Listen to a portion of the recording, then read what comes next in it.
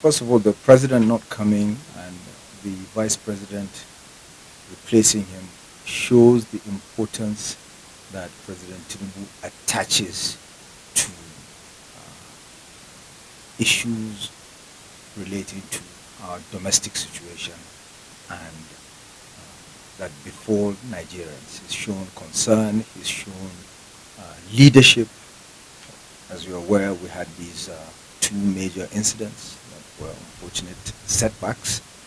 But we have to also bear in mind that these occurrences are not necessarily our own doing or our own failure. We are part of a region that has been beset by conflict, by violence, related directly to the collapse of governance in Libya some years back, if you remember, after the fall of the Gaddafi regime, as well as the policies that were implemented by uh, some countries outside of the region, previous regimes in those countries, in developed countries, that had a deleterious impact on the Sahel region. This is what we're contending with. So President Tinubu did not come. It is routine when the president does not attend.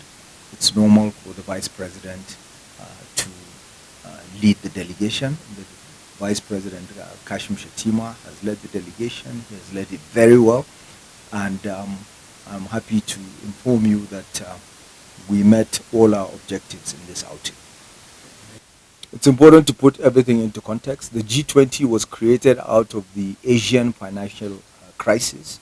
And then after the global financial crisis of 2008, the leadership summit, which is what we have come to attend here, was introduced. And it's essentially a realization by the G7, the more developed countries in the world, that they would not be able to contend with global financial crises on their own. So they needed to draw in what you would call medium sized economies or medium powers. So it was expanded. Unfortunately, at the time, Nigeria was not invited, but you can see now we've become a regular invitee, even though we're not a member of G20. We're reckoned with because of the size of our economy, because of the reforms we're implementing. And at the moment, the world once again is facing a debt crisis. And on the African continent, you can even describe it as a debt and development crisis. So the reason why you kept hearing this talk about the debt crisis is for the countries, the leading economies of the world, to come together to find a way to resolve this recurring debt crisis, which leads to a development crisis. So there's so many instruments at their disposal. There are special drawing rights in the at the International Monetary Fund, for instance. There are things to do with risk because many development experts and development finance institutions are beginning to describe what they call the risk prejudice. You can see that a lot of countries on the African continent are rated high when it comes to risk, and the the template that is applied, the indices that is applied, often tends not to be a fair one.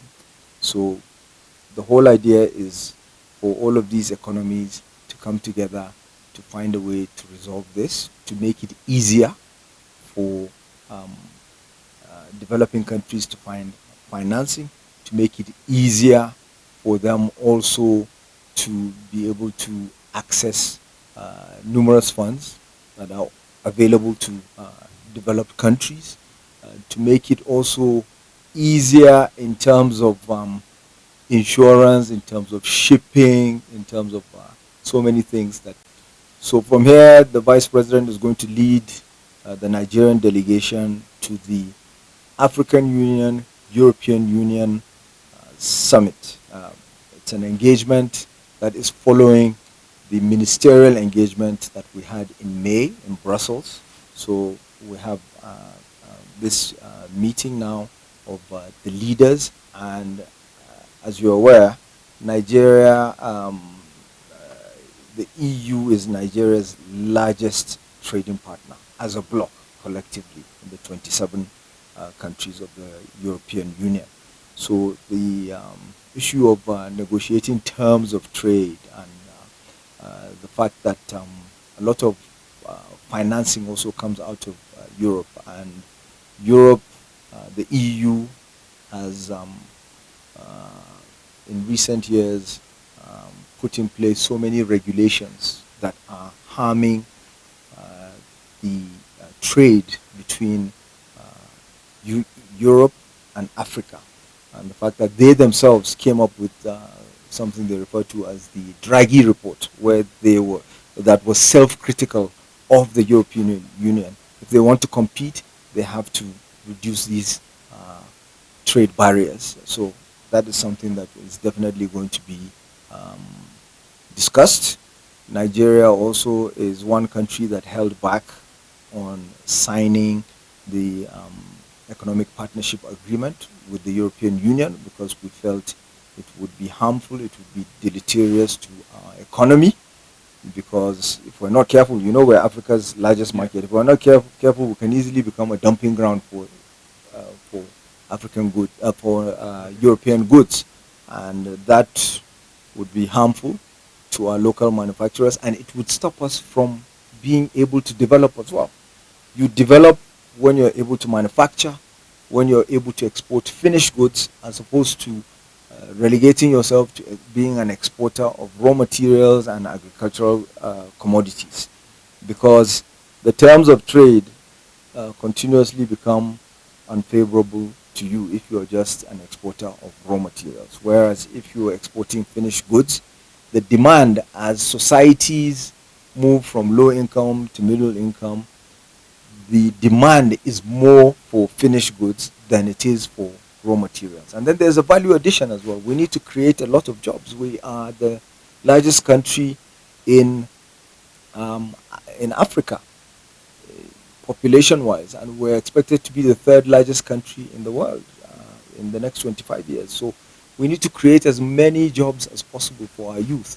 And the only way you can do that is if you expand your value chain, so that you are adding there's that value addition. There's so many, some you know, doing the producing the raw materials, some are processing it, some are into packaging, some are into marketing, some are into, you know, exportation, shipping, and so forth, insurance. This is how along the value chain you create as many jobs as possible. So these are some of the negotiations that will be going on, and Nigeria, of course, has a big voice on the African continent, and it's very important that we're present and we participate fully, because when Nigeria speaks, others on the continent follow, and it's very important.